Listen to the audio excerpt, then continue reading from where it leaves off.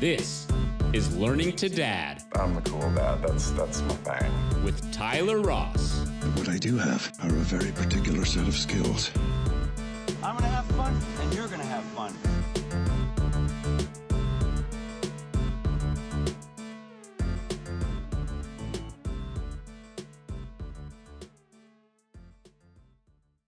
Hello and welcome to Learning to Dad. I am Tyler Ross and our guest today is Jesse Straight. Jesse, like me, is a born and raised Fauquier County boy, but unlike me, he is a University of Virginia graduate with studies in religion and pre-med. But his first job out of college was working for Habitat for Humanity. He was raised in a fairly typical suburban setting, but now he and his wife Liz operate the 82-acre Whiffletree Farm in Warrenton, Virginia, where you're celebrating your 10th anniversary in business. You're raising chickens, turkey, beef, pork, and more, all of which is done using methods consistent with being organic and humane. And Jesse and Liz have 7 children.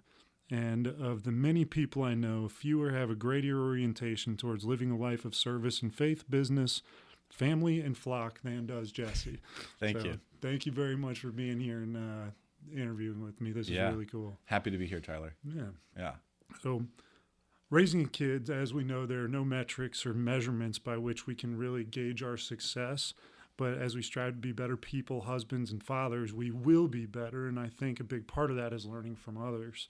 So the people that I admire, the people I perceive to be high-level professionals, and people that are deliberate fathers, people that are critical thinkers, people that are positive and supportive. Because I think that you are those things, I feel like we'll get a lot of value out of this. And if for no one else does, I'm certain I will. Great. So again, thank you. Yeah, of course. Thank you for the kind words. Yeah. So just to start right off the bat, Whiffletree Farm. Can you paint a picture for people listening of what Whiffletree Farm is? Yeah. Do you want just sort of the picture right now, or like the backstory, or? Yeah, give me some history on it. Okay. Well, actually, let's paint what it is now and we'll back into it. Sounds good. Yeah. So we raise and sell chicken, eggs, turkey, pork, and beef, like you mentioned before. It's 82 acres. We also now rent some additional acreage for our beef cattle. And just to give you some ideas on, what we do and how we do it. So in this last year, we raised about 10,000 meat chickens, and we keep about 2,000 laying hens. About 130 pigs a year. Our herd of cattle is about a little over 100 head, and we just finished up doing about 700 turkeys for Thanksgiving. And then in terms of who it is, it's obviously Liz and myself and the family. And then my right-hand man, Jonathan Elliott, who's VP, has been with me for now over 3 years.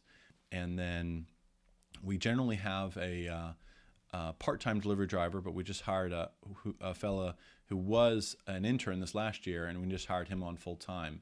So he'll start in February. We're excited about that. So he'll be doing deliveries as well as helping manage operations on the farm. And then we have anywhere from 1 to 5 interns that are mostly with us in the spring to fall when we're busiest.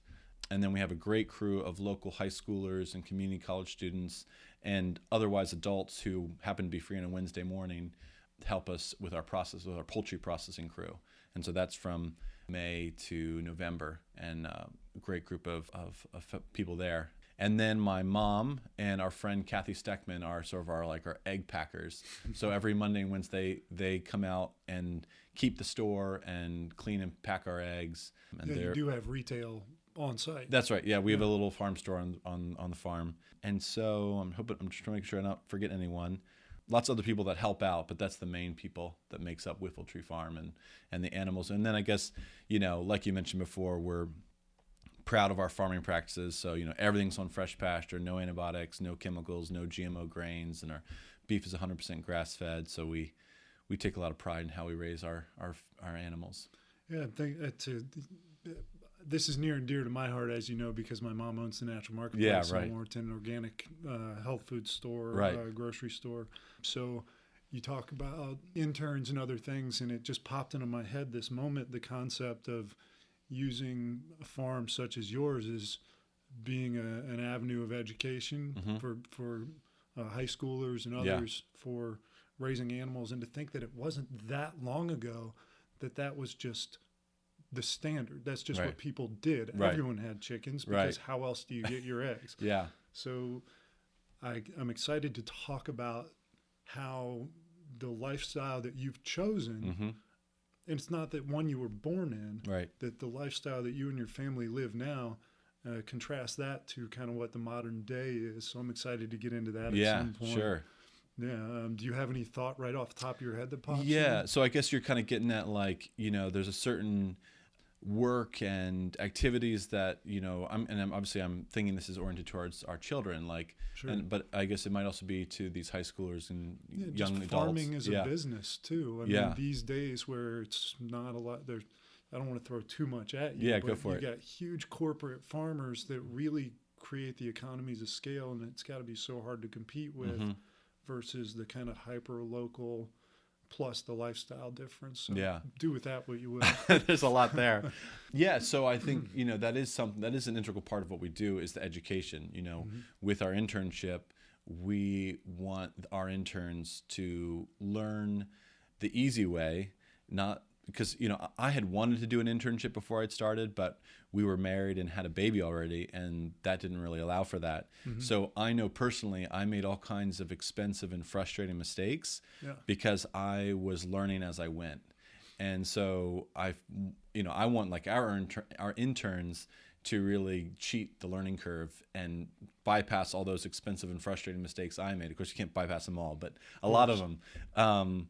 And set them up both in their education and then as well as like an ongoing consultant for them that they can, help them launch.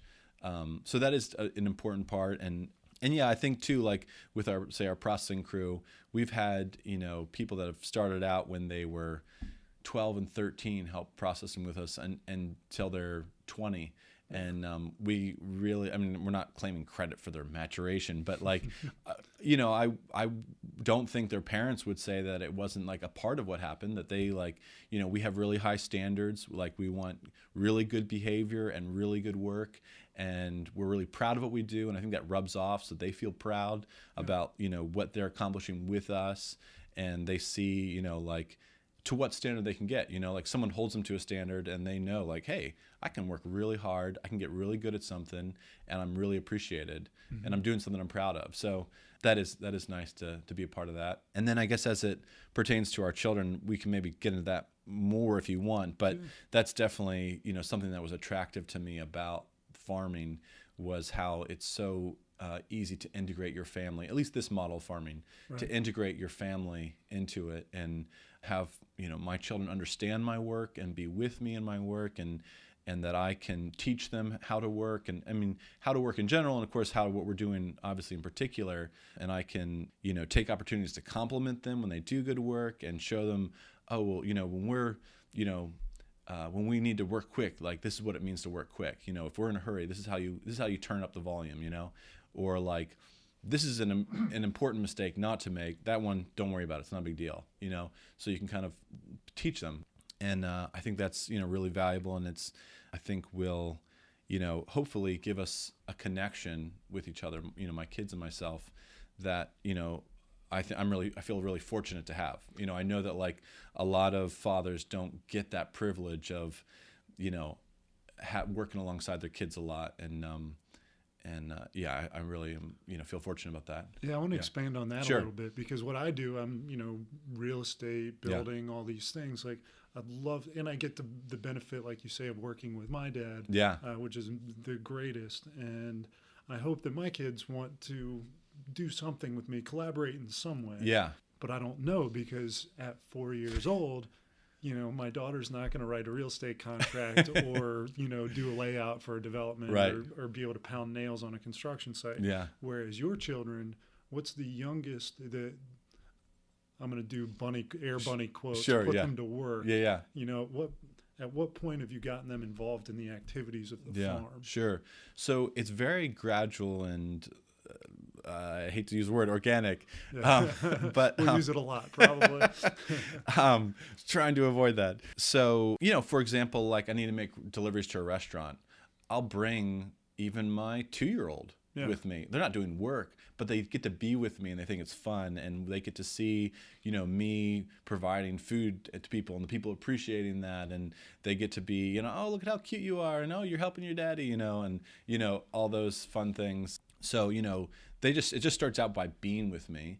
And then as they get older, they want to help me, and so we've started this tradition where we have what we call the special work day. Yeah. So with our four oldest kids, so what happens is the night before they lay out their clothes, and then I'll wake them up early the next morning, and then they'll get dressed and come out with me to do the morning chores, and we start the chores at 6 a.m.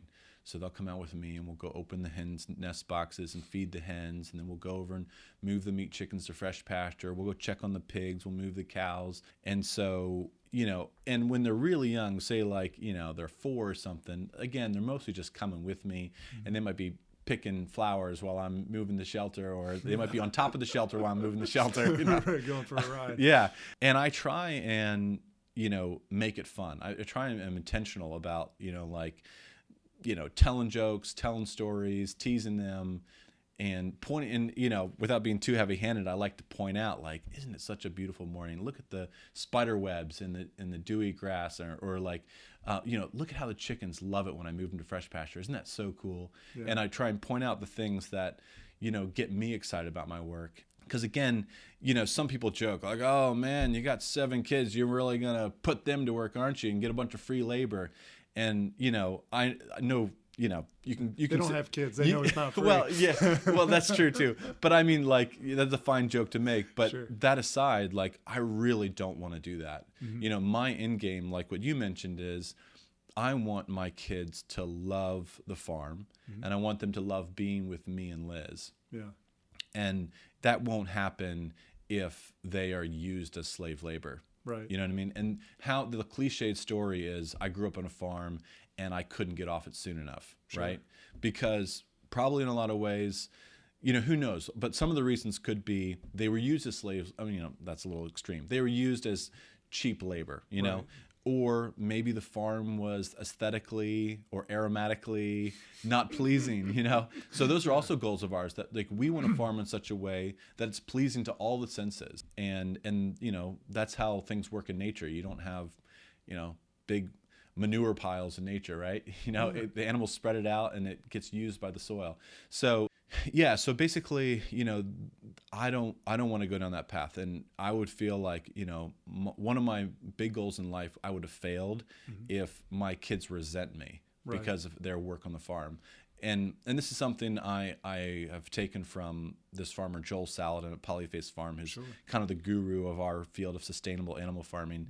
And I really respect him for this. And he said he would rather, at the end of the day, err on the side of paying his children too much, because who cares if you have a little less money, but if your kids love to be with you and to work with you, and they have an affection for the farm and the work, how could you what is that worth? And of course, like, I have no expectation that like all my kids are gonna love farming, they're all gonna want to live in Warrenton, and but I'm going to do whatever I can in my power to woo them and to make that attractive. And of course, if they decide another path, so be it. But I'm going to do whatever I can to say, hey, isn't this really cool? Hey, we can like make some really cool opportunities for you here, and like, don't you really enjoy this work? And don't you see how like good it is? Whatever ways that I can point out what I think are the true goods of the work and the life, and the chips will fall where they will. I think you hit the nail on the head when you said provide them the opportunity. I think a lot of folks try to, steer their kids one direction or another, which we all, I think, naturally want, because we want our kids to be a particular way. But I think the most important thing is giving them the opportunity to exercise their own discretion. But if we can give them opportunities as parents, right?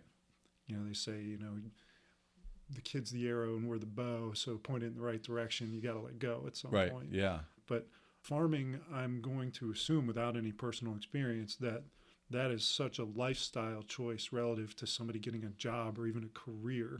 And then on top of that, having 7 children is a lifestyle choice. Right. So, tell me what a day is like. Tell me what your hours are as Sure. a professional farmer. Yeah. So typically I wake up at 4:30 in the morning, and I try and do whatever planning for the day and the week that I was too tired to do the night before between 4:30 and 6. And then we go out to do chores, the morning chores. And when I say that just generally means like taking care of the animals, which means moving them to fresh pasture and giving them feed and water and all the essential things for a healthy life. So we get that done, and depending on the time of year, sometime between 8 and 10 or something. And so then at that point, most mornings I then, like I said, there might be 4 days a week where the oldest 4 kids are with me, and then we'll come back to the house and we'll have breakfast at the house. So I get to, eat breakfast with the family, and then, go back out. And the rest of the day, kind of between the morning chores and afternoon chores, is sort of like when all the miscellaneous things happen, whether that's putting together orders for restaurants or helping customers in the store or taking animals to the slaughterhouse or, fixing up infrastructure, all those kinds of things. And then again, we have the afternoon chores. And again, that's, now we're gathering eggs, feeding the hens again, feeding the chickens again, moving the cattle to fresh grass, all those kinds of things. And then, I'd say probably about maybe 30 or 40% of the time I eat lunch. So that's just kind of how I am. Like I just kind of get going and I'll, eat a big dinner. But if I do have lunch, I'll come back to the house and be with the kids. And it's not unusual, where, after breakfast, I'll be able to sit down and read a kid a book for a second and then go back out. And then I try and finish up at 5:30, come back to the house, dinner and all the nighttime stuff, bed, pajamas and baths and books and all that sort of stuff, dishes.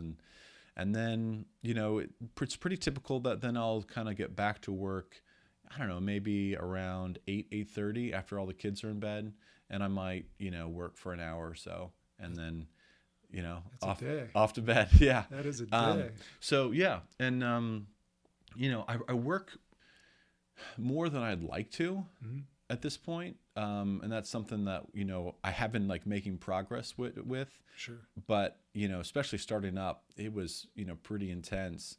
And I'm really grateful to Liz because she certainly has picked up the slack when, I had to put in some really long hours to get things going. But, it seems like we're going in the right direction, like I used to work 7 days a week and now I kind of work 5.5 days a week. And, and I used to work a lot later in the night, and now I go to bed a more decent hour. And so I guess the other thing and related to sort of parenting that we've started up in the last, I don't know, maybe a year or so is, so we have the special chore day in the morning. Yep. And then in the evening we have a special reading day. And so then each of the kids has a night of the week where then I take them aside and for an hour we'll make a nice fizzy drink and, maybe get a little snack and we'll go off by ourselves and we have a book that we're reading through together. And so that's another nice opportunity where I can have like one-on-one time with each of the kids that, and that I guess that would be for the 5 oldest kids that I do that with. And that's, I think sometimes Liz, she likes that I do that, but I mean, sometimes I'm like, this is awesome. I get to go read a story for an hour and like, she's like, I'm over here, like, taking care of the little ones. And 6 over here. Yeah. And they're like having a fight and, the dishes aren't getting done, so, I mean, that's really fun. I'd love to hear you expand on that kind of routine between you and Liz, husband and wife, as parents of 7 children. Yeah. How do you manage a household like that? And in that question, I hope that you'll tell us how old all your kids are. Sure. So we got some perspective on like, to any parent who's thinking about, like, we have 2. Yeah. So we can play man-to-man defense. Yeah. We can play man-to-man offense. Yeah. But 7, like, what was it like graduating along the way from 1 to 7? And then, what's that kind of divide and conquer among you and Liz? Yeah. So, it's really interesting. We've really found that our like most strenuous or difficult times was when we had less kids and they were all young. So right now, Josephine's 10, and then it goes down from Josephine, Roberta, and they're all about 2 years apart. Okay. So Josephine, Roberta, Leon, Souther, Ann, Jonah, Lucy, and Xavier. And Xavier was born in June, so he's about 5 months old. Yeah. So it goes from 10 to 5 months old. Yeah, and I if Liz was here, I bet she would say that, when she had 3 or 4 little kids, that was maybe the toughest.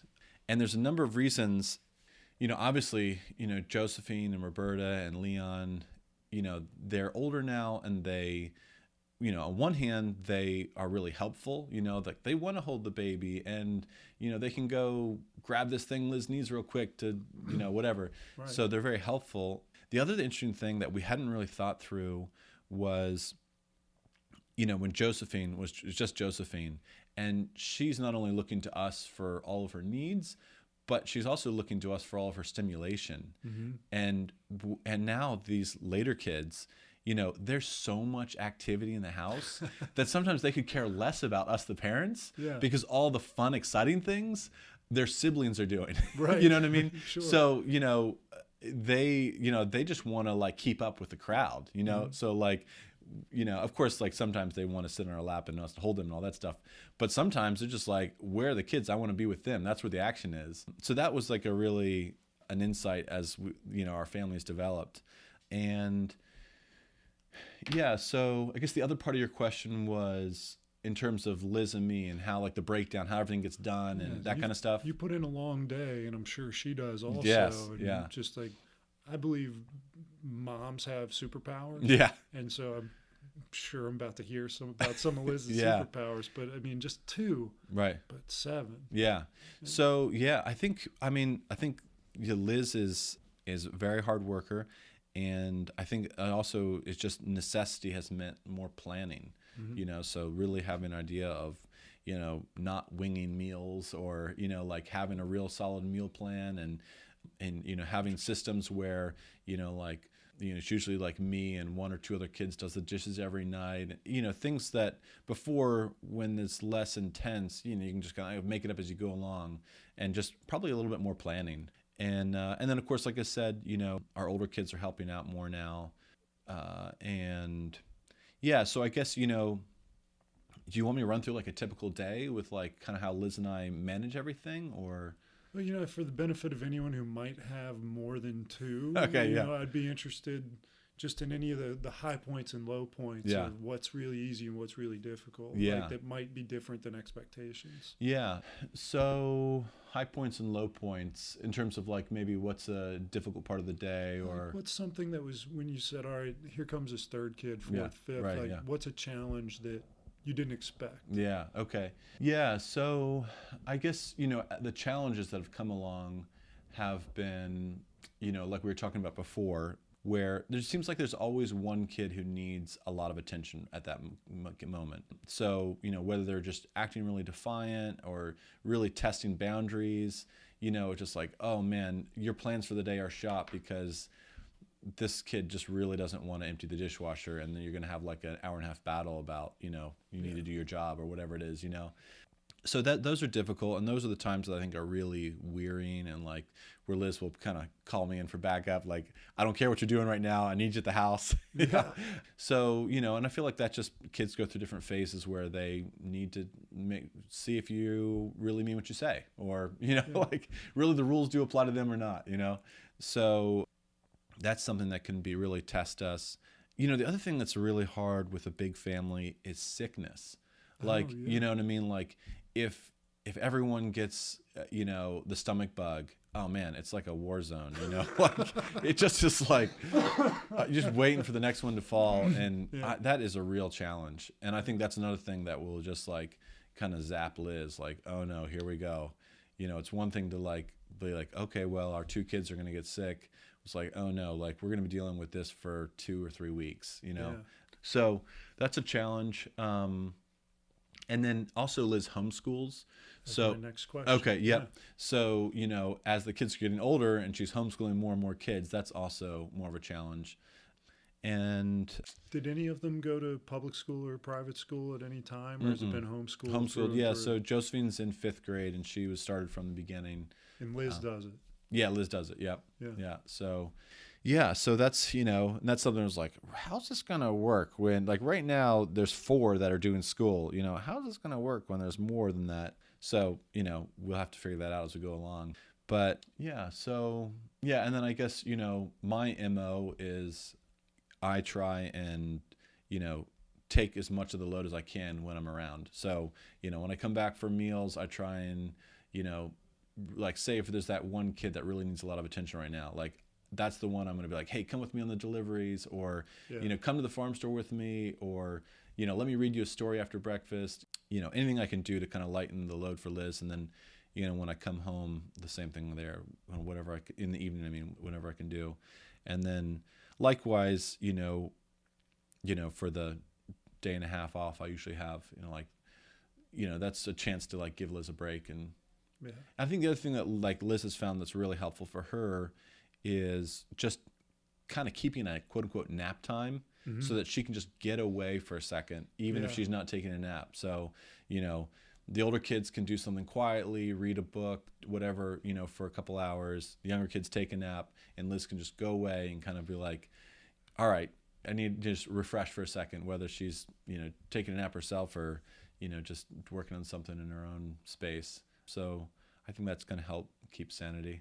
Yeah, no doubt. Well, I want to ask you a little bit more about homeschooling, because I'm struggling with how to educate my kids. They're 3 and 4, so they go to a kind of a small private school right now, which is amazing. They love them so much. Yeah. There. But at some point, private school, at least around here, has gotten so absorbently expensive. Right. The value add, I have a hard time getting my head wrapped around. Yeah.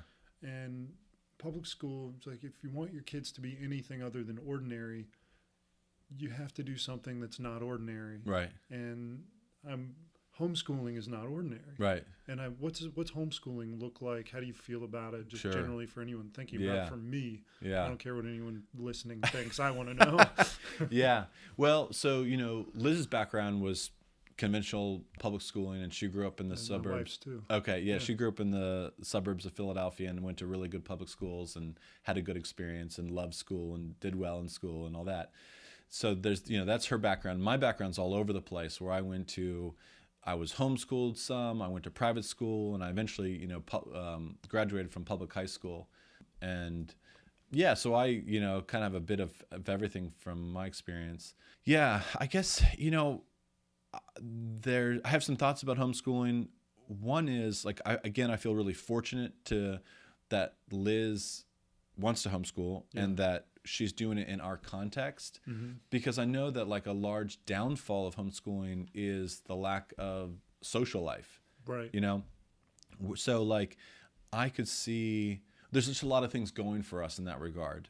One is that, like, I'm around, so there's some extra social life, and I incorporate the kids into my social/business life. Right. So, like, they get to bop around with me and talk to customers and go to restaurants and, interact with interns and colleagues, and, so there's kind of there's a lot going on, so it's not like that sleepy suburban home in the cul-de-sac where, like, all the kids are off at school and there's one parent at home, and otherwise it's just kind of a dead zone socially, and of course, and now that's painting a pretty bleak picture, because there's lots of, nice homeschool co-ops and all kinds of things that are really kind of growing more recently. But then also, just so there's one sort of, like, the social aspect of the farm, and also too, like, the kids have this huge playground where, they, again, they might not feel as trapped as they would in, like, say, a suburban context where, like, they can romp around, go down to the stream and go swimming and go trek through the woods, go play with the animals. So, like, there's kind of a lot of interesting things going on that way, which is nice. And then I guess too, the other thing I would say is, homeschooling where there's 7 kids that are all generally, like, a couple years apart means that they have built-in friends. So, they just, like, have a lot of fun with each other, and they, consider each other to be their best friends. And so, that's another nice thing. Whereas if, we had a couple kids that were 4 or 5 years apart, that just is a different social scene. And so that's another thing. And these are not things that we like really planned out, you know. Yeah. We're just more like figuring out as we go along. But that's like, oh, that's really nice that's that way. So yeah, and I guess, you know, I share some of your thoughts. You know, private school is really expensive.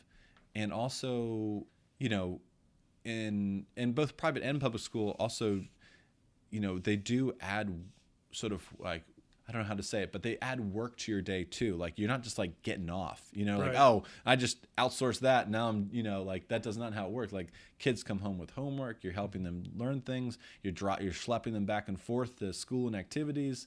So all of a sudden, like, you know, you can feel like, yeah, your day is filled with a lot of these things. So that's a really nice thing about homeschooling too, is just the kind of peaceful family life that allows for, where like the kids aren't doing homework at night. Like we're reading stories and we're hanging out, and we're not just like the rat race of like driving kids around and little kids just hanging out in a minivan all day. Like that's not happening, you know? So I think we feel really fortunate that we're, you know, not having to do some of those things. But, you know, of course our concern is like, are kids happy? Or also like, will later on in their adulthood, would they resent us? Like, I wanted to go to school and, you know, you like forced me to stay home or something like that, you know? So like, those are things that are in mind that we, you know, we're trying to constantly talk to our kids and like, hey, you know, you know, these people that go to school, like, do you think you want to go to school? Or, you know, what are your thoughts about that? Are you, you know, what would you be happy about? What would you be sad about? You know? So we want to be, you know, we want to be really careful that we, I don't know, don't have that like for whatever agenda we do have, that we're really careful to listen to our kids and be sensitive to making changes that we need to. I mean, this is kind of a hard segue, but in your lifestyle with the kids and more farmer lifestyle, do you reject like devices like iPads and phones and television? Like, do you have that at all, or do you try to minimize it? Like, what's your approach? Yeah, so we don't have a television at home, and you know, none of the kids have any devices, any, you know, phones or tablets or anything. So, you know, we don't have anything like that. I mean, I have like a smartphone and a computer. So that is part of the home because I'm doing work with it. So it's not like they don't know what those are, but they don't use them at this point or really, you know, play with them or things like that. Do you see a difference between kids you know that have access to those things, basically unfettered access, versus your kids? You find that like your kids are more present or more in tune with nature or anything, or like these other kids are zombies? I feel like my kids, we try to limit it, but you know, we go out to eat and they won't behave. Right. It's a really great shortcut to just sit there quietly for 45 minutes. I have guilt with that. And I just, what's it like to be so guilt-free? Well, I'm not here judging you, so don't worry about it. Yeah, so I don't know. You know,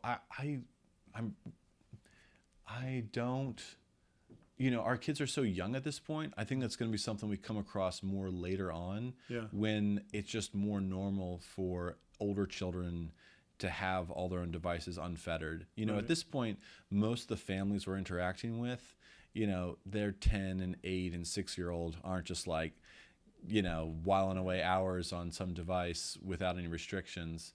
So I think our kids would think that was like weird. Like, what are you doing? Don't you want to like, I mean, that's not true. Of course, they're like any human being, they're attracted to bright, shiny colors. So, so I guess to answer your question, I just don't think I've seen a lot of children that are the peers of our children that are in that situation where they're just really like glued to the device. And maybe that speaks to like the crowds we run in, but for whatever, that's the answer. Okay. Well, I want to get into some more kind of, we'll have like a lightning round at the end, but I want to get into some kind of short answer stuff. And I'm going to start with what I expect to be this is going to be my last long answer question. So something that I haven't had to do with my kids yet is really explain to them what death is about. Like, we had a cat that died a couple years ago, but they were too young. We have a dog that's going to die, and I'm going to have to explain that to them. We have family members, friends. It's just inevitable. Whereas on a farm, it's a daily part of that operation. and I wonder what that conversation's like with your kids. Yeah. If you recall that particular moment where like, I got to explain what the circle of life is to my kids. Yeah. And then that, the value of life and those Right. things. Yeah. Yeah. So I think maybe go at this in a couple ways. So sadly, Liz's mother passed away from a brain tumor. It's now about 5 years ago. And so some of our older kids, were aware and went through that. And so, that was, the closest person to them that, that they had to go through her passing. So we had to deal with, questions and all that kind of stuff then with the older children. And then, like you say, death is a part of the farm life. Right. And but I guess we kind of talk about our approach to the animals from start to finish, not just when it comes, like, say, if I'm, slaughtering the chickens, that's not the first time I'm talking about, how we ought to approach and respect animals and be grateful for their lives and what they're providing us.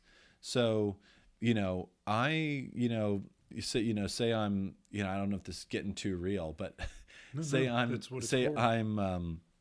slaughtering some chickens, and one of my younger children comes up and they're like, "Oh, that's so sad."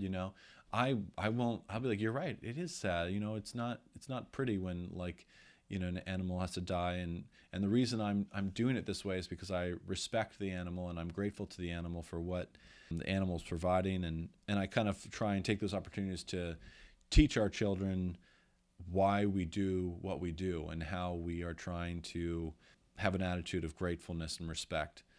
I will say that, maybe even more so than death, mating and reproduction comes up at an earlier age. I haven't gotten that far yet. Enlighten me. Yeah. Me. So anyway, I don't know if Liz read this or someone told her this, but it was wise. It was only answer the question the child is asking. It's very tempting to, like, a child will be like, "Why is that one cow jumping on the back of the other cow?" And you can be like, "All right, here we go. We're going to talk about everything." No, you can just say, like, you just answer the immediate, like, trying to get in better position. Yeah, or like, that's what happens in nature is sometimes animals do that. And if they, like, ask another question, well, why do they do that? But a lot of times, a 3-year-old's going to be like, "Oh, okay, cool." And then when they become, a 7-year-old, they might say, "Oh, well, why do they do that?" And then you answer that question. But, anyway, that was wise advice, I feel like. But anyway, that more than death, I feel like mating and reproduction are more the kind of the buggers, like, "Oh, wait a second, how do I give an age appropriate answer here?" And so anyway, I suspect that, like, our children will understand things about the birds and the bees maybe sooner than some. They'll come at it pretty naturally. Yeah. Oh, that's great. Yeah. Okay, so you talked about being with your kids on the farm and trying to give them the opportunity to be present and enjoy the spider webs and enjoy the grass and the dew and these things. Now, what about the flip side of that when you have to punish I'm gonna use the word punishment for lack of a better term coming to my head, but when they need to be corralled, I think I've said it before, but you ever go bowling and they've got the inflatable tubes down the side? I feel like we just got to stay in the lane. Like, how are you the bumper? Like, what do you do when your kids are being defiant? Mm-hmm.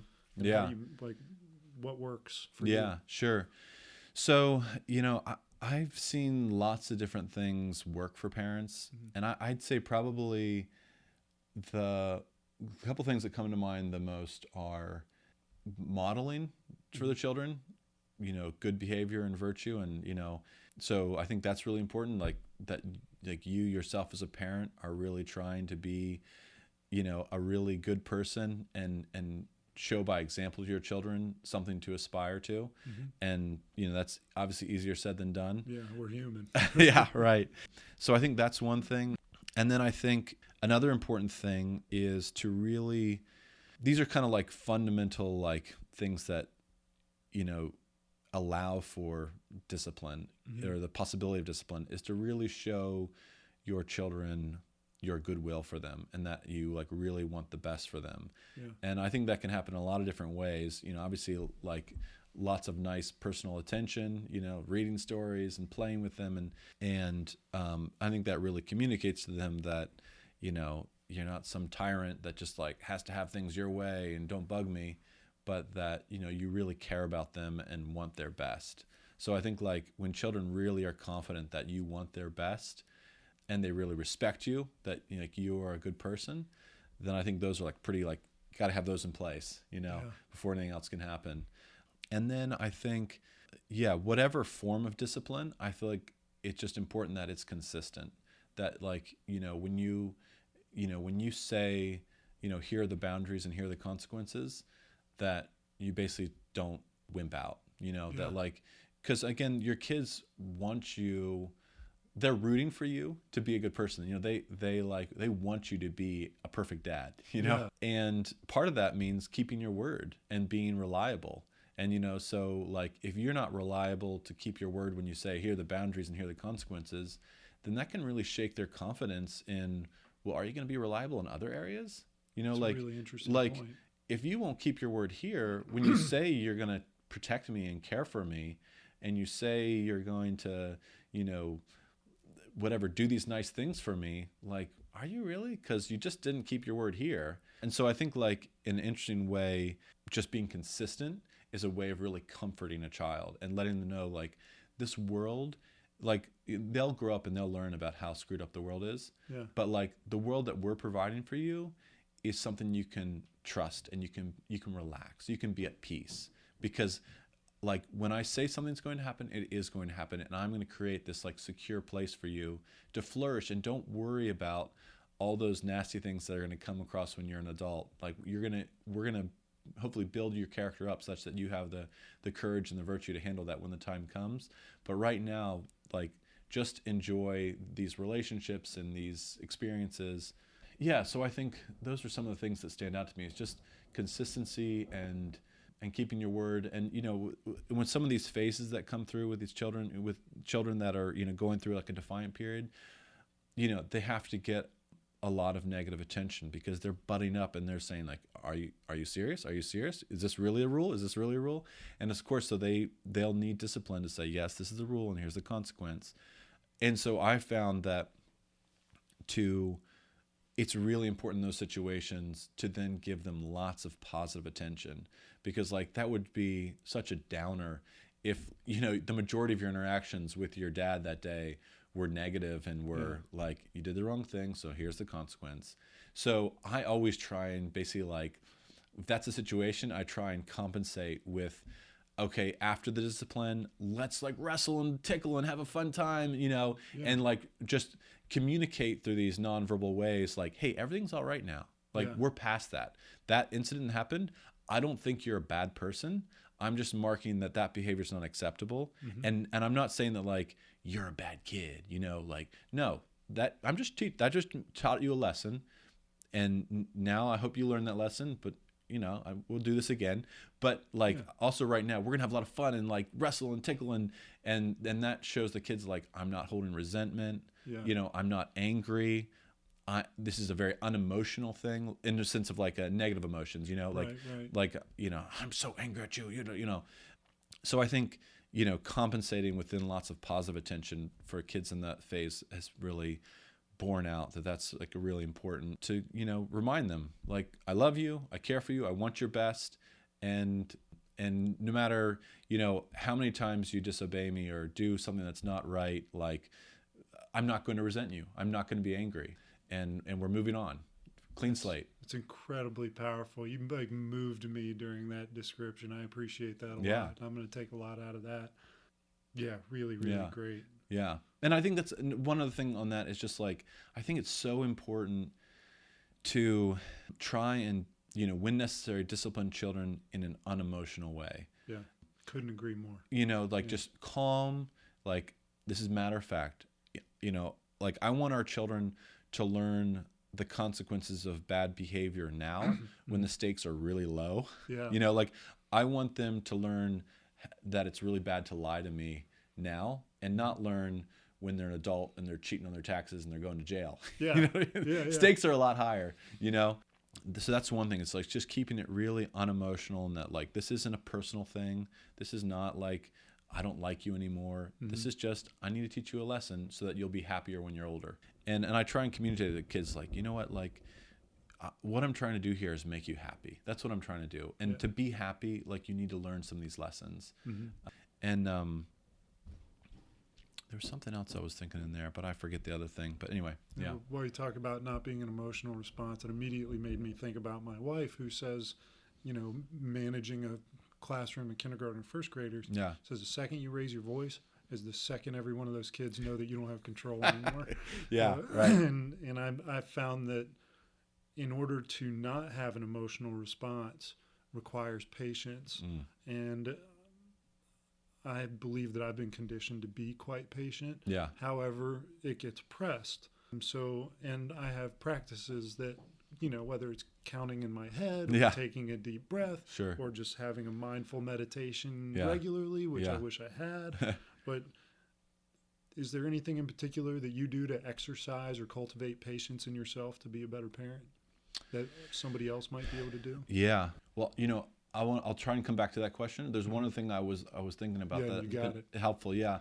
And that thing is sometimes as a parent, it's really easy to discipline your children for your own sake, whether that's because, you know, you just really like enjoy that authority and you're like, I'm going to put you in your place, you know, and not for their good. Or it might be like embarrassment, like, oh, you just embarrassed me in front of all these people. Like, I'm so angry with you for embarrassing me, you know. So those are like really like common, easy to, you know, feelings easy to have. Again. Yeah. And so I think like that's a really important thing is just try and remember like I need to put my child's good first. And this isn't about like I'm really want to move on with my day and get my list of tasks done and you're getting in the way of that. And it's not about like you're making me look bad. You know, it's about what is best for my child and how do I like try and come back to focusing on that despite all these feelings of like rage because the day's been ruined and I look like a fool and whatever else, you know. Yeah, how do you get to that place? Yeah, I mean, you make lots of mistakes and you don't. But I think, and that brings up another good point, is like, I think it's really, like, maybe one of the things I think is most important is like, I think it's really important to be in the habit of asking for your children's forgiveness. It's really nice. Yeah, so I think that, you know, as parents, we should aspire to be perfect parents. And of course, we're not going to be. So we should just, you know, from the gate, just admit that's going to be the truth, right? And if that's the case, then we should all from the gate and just have a plan and a habit of asking for forgiveness. And that's a good thing in itself, you know, like that should be done just because it should be done. But also, how much might that save relationships? You know, for example, like the if I'm in the habit of, you know what, Roberta, like I was hungry and I was impatient and I shouldn't have like barked out, you know, that like command or whatever it was, you know, will you please forgive me? That, you know, I've seen in my kids how much they appreciate that. You know, they, I think, relish those things. And I think they also think it's kind of funny that I'm asking for their forgiveness, you know, but they really relish it. In fact, there's this one story with Leon. So Leon is 7 now. At the time, he was probably 5 or 6. Actually, the same thing happened where we were eating a meal. Roberta did something that was frustrating. I forget what it was. I was probably stressed out about something. And I remember I just like spoke harshly to her. And I was like, you know, so then like whatever, you know, a minute later, I'm like, you know, Roberta, I really shouldn't have spoken to you like that. Will you please forgive me for speaking to you like that? And you know, and kids, like I said, kids are so rooting for you at this age, you know, they're like, oh, sure. Yeah, no worries, you know? And Leon, you know, was like, he said to me, he says, Papa, I really like it when you ask us to forgive you. And I was like, you know, he stopped there, and I was like, oh man, this is juicy. I want to hear what I want to keep talking, you know. So then I was like, oh really, Leon? Why do you really like it when I ask forgiveness of you guys? And he says like, I don't know, it just makes me feel warm inside. How amazing. Yeah. How amazing. Yeah. So, you know, so anyway, but back to the point, which is like, we're all going to make mistakes. But, how many adult children resent their parents? Yeah. And how many would if their parents regularly asked for their forgiveness? I mean, of course, like, a parent that continues to make the same habitual act of some kind of violence against their children, Right. that's a hard one to stomach. But a parent who really authentically, wishes for their child's good, and because they're human, makes mistakes and does things that annoy their children, or does things to, unwittingly hurt their children, how much sympathy would be engendered, if that parent just was regularly asked for forgiveness. And then that would also really make it clear to the child that there's an open invitation for feedback. Yeah. Like parents who never ask for forgiveness and essentially are saying, don't talk to me about things you don't like. Right. Because we don't go there. Yeah. And if a kid feels open to be like, you know what, my dad always asks me for forgiveness when he thinks of something he did wrong, it's going to be totally fine if I go to him and say, when you did that thing in front of my friends and you made that joke, like that hurt my feelings. Yeah. They'll feel really comfortable doing that if that's just a regular part of life. And so what could be something they just resent and are annoyed with and all that, could like come out to the open and be an opportunity for, oh, I'm so sorry. You're totally right. That was mean of me and stupid, and I'll really try not to do that. And let me know in the future if I do it again, I'm going to try hard not to do that, So, but you were saying, I want to stay right on this. Okay. I think this is amazing. Yeah. I just finished reading Lewis House's book called The Mask of Masculinity, where he talks about all these masks that men wear to protect themselves, to keep from being vulnerable. Right. And I think that's such a beautiful way to be vulnerable to your children. Mm-hmm. Because I would look at vulnerability as being the willingness to try something, knowing that failure is a possibility. Mm-hmm. So that vulnerability, like you say, gives kids permission to try, Mm-hmm. to come and speak to you, Yeah. because they have confidence that even if their try is a failure, Mm-hmm. it's not going to be the end of the world. Yeah. Because Papa's going to respond in a way that is not dangerous. Right. Mm-hmm. So the fear isn't there Mm-hmm. for your child to communicate with. Yeah. I thought I was moved before, but that is totally resonating with me, and I Yeah. hope that a lot of people feel the same way that listen to this, because the importance of conditioning children to be vulnerable, Mm-hmm. the world beats it out of them at probably 4 or 5 or 6 years old. Right. And so if they can stay vulnerable, it means they'll be Mm-hmm. willing to take risks, which means they'll be able to do really amazing things. Yeah. So And that comes back to like we were saying about before, where like if you as a parent keep your word about what the boundaries are, Yeah. that creates a security where, a kid knows that a kid has a certain level of inner peace, I feel like, where, they know they know they're standing on solid ground, and they know what's what, and likewise. And I think ways that we as parents can provide, stability for our children is really freeing to them. Yeah, that's awesome. All right. So, yeah, let's ask that question real quick, Yeah. and then I want to go lightning round. Okay. Like, is there anything that you do to cultivate patience in your life for the benefit of your business and your family? Yeah, let me think about it. I think one sort of like step back from that is, your background. So, I'm one of 6 and, used to a house full and chaos and not everything in the right place and, things like that. Whereas Liz has 2 younger sisters, and, she, her house was, less chaotic than mine.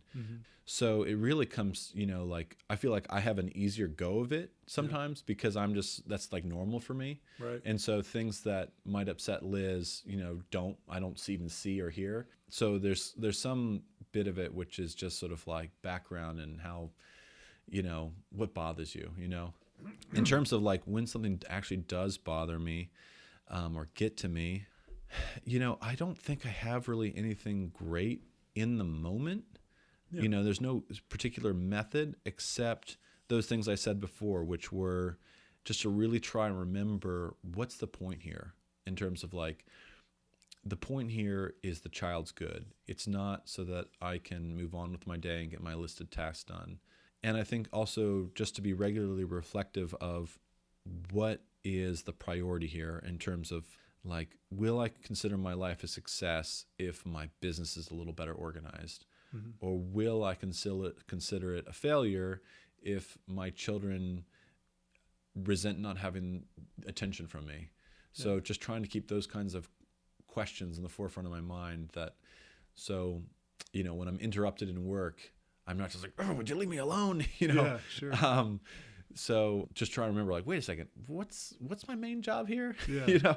And then I think, in a more sort of like foundational level, I would say my Catholic faith is a part of, my path of trying to get things right and trying to, be a better person just in general, but also for my kids. So, I think that, whatever, all the sort of riches of the Catholic faith in terms of prayer and going to confession and going to mass, those are all things that I feel like contribute to helping me become the person I was intended to be, and also, helping me turn the boat around when things have gone badly. Yeah, but I guess probably no great sort of in the heat of the moment method or anything. Yeah. Sure. Okay. Yeah. No, that's a great answer. I think that's perfect. Yeah.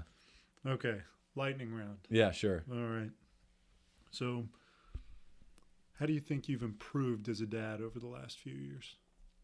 I think maybe some of the major improvements are just making these plans where, like I said, the special work day, the special story night, where I'm building into my schedule things that don't just like, oh, we'll read if we can, but like, no, Monday night is Josephine's night. Tuesday night is Roberta's night, And so I guess these kind of traditions that we're creating, I think really help make things actually happen, Very so, cool. I think that's been important and like an important improvement recently. Let's keep jumping. We'll go. Okay, right sure. Yeah. If you were going to write a book about your life as a professional farmer, professional parent, what are a couple of the two or three of the chapter titles maybe? Yeah, I would say maybe one would be integration.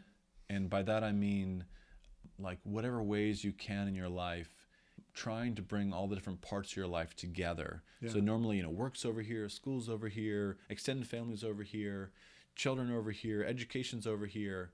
And I feel like I'm really happy with the aspects of my life to the extent that they are into like coming together, and that like work and kids and education and family and extended family are all overlapping. You want more chapter titles? Give me one more. How about, here you go, I'll put you on the spot. How about one when you first had your kid?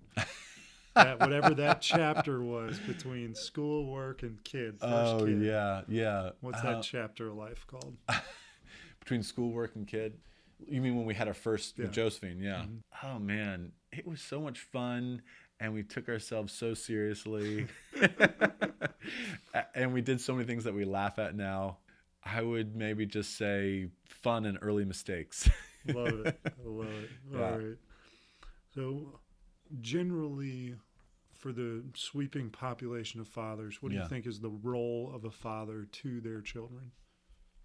Yeah, I'm sure there's lots of different things, but the thing that comes to mind would be someone that their children is really proud of. Someone that they can just be like, my dad is a good guy, and like, for whatever else he is, like he really tries hard to do the right thing and to be good to people. So I think like as a moral example, and then with that, like I feel like if everyone had a dad that was like someone that they were just proud of because of how good a guy he was, and he was that kid's cheerleader, like the world would just be like a different place. Love it. Okay. A physical gift. If you could gift to every father on the planet a physical gift, what would you give them? Oh, man. Let's see here.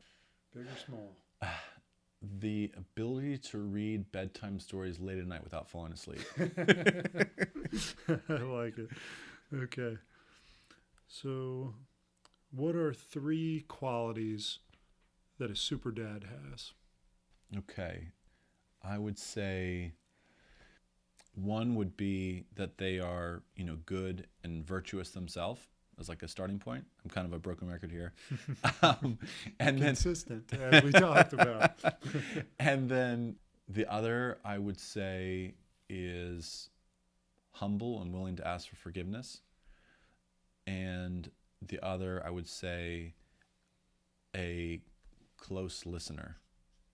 Great. So, I think if a kid doesn't feel like they're actually being heard, even if their dad's a really good guy and in other qualities, that breaks down a relationship, right? Like you can't have connection if like just missing each other. Right. Yeah.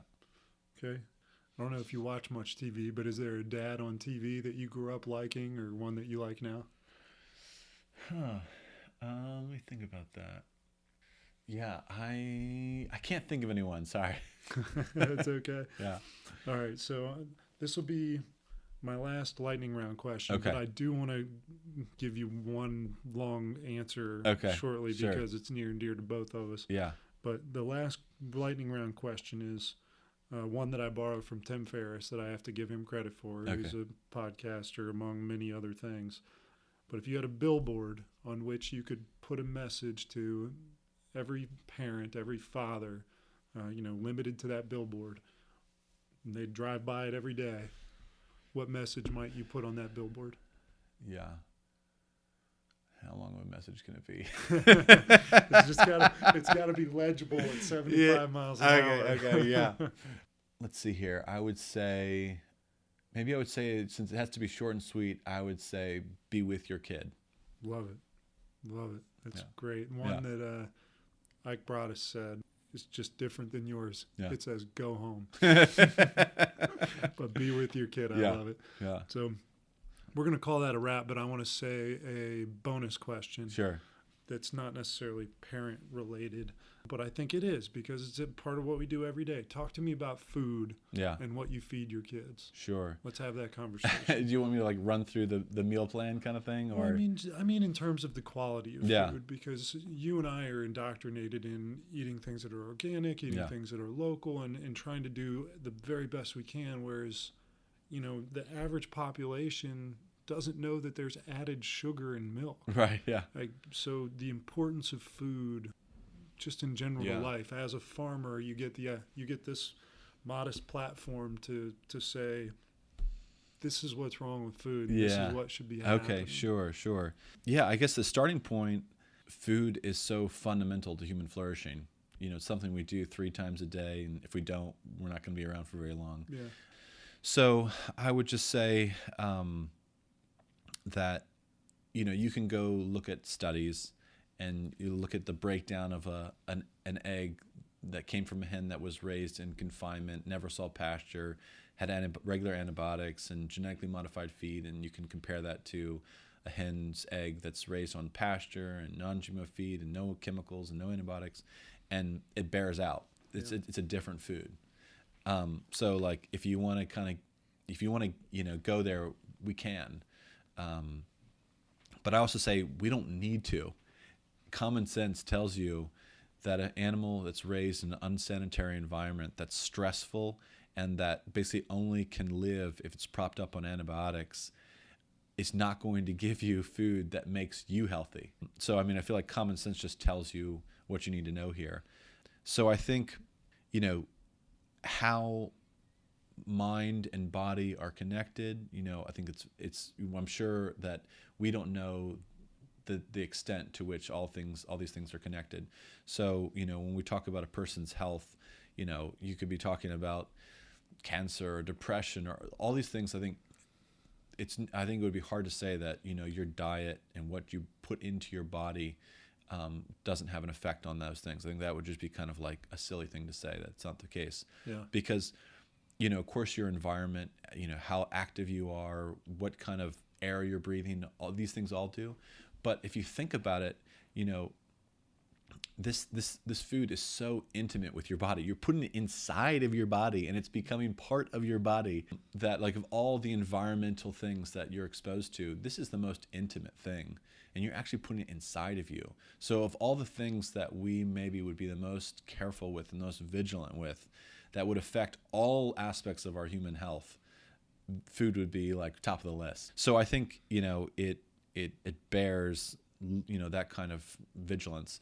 So yeah, and then I think the other thing that's just part of this problem is that you have a combination of human nature, which when it can will oftentimes take shortcuts, and it takes shortcuts when it's not held accountable. And it's not held accountable when it can't be seen, when it's not transparent. So I just think that it would be naive of us to think that if we hide away food production where very few people can see it, with human nature as it is, it wouldn't be so tempted to cut corners without that accountability. That I think it's just naive. So I really believe that small local farms really are the answer to that transparency problem, where you actually, as an eater, can come to our farm, walk around, see our animals, see our feed. Everything is exposed. There's nothing to hide. And so I'm human. I could have temptations to cut corners. And I'm really grateful for the fact for our transparency, because it helps me.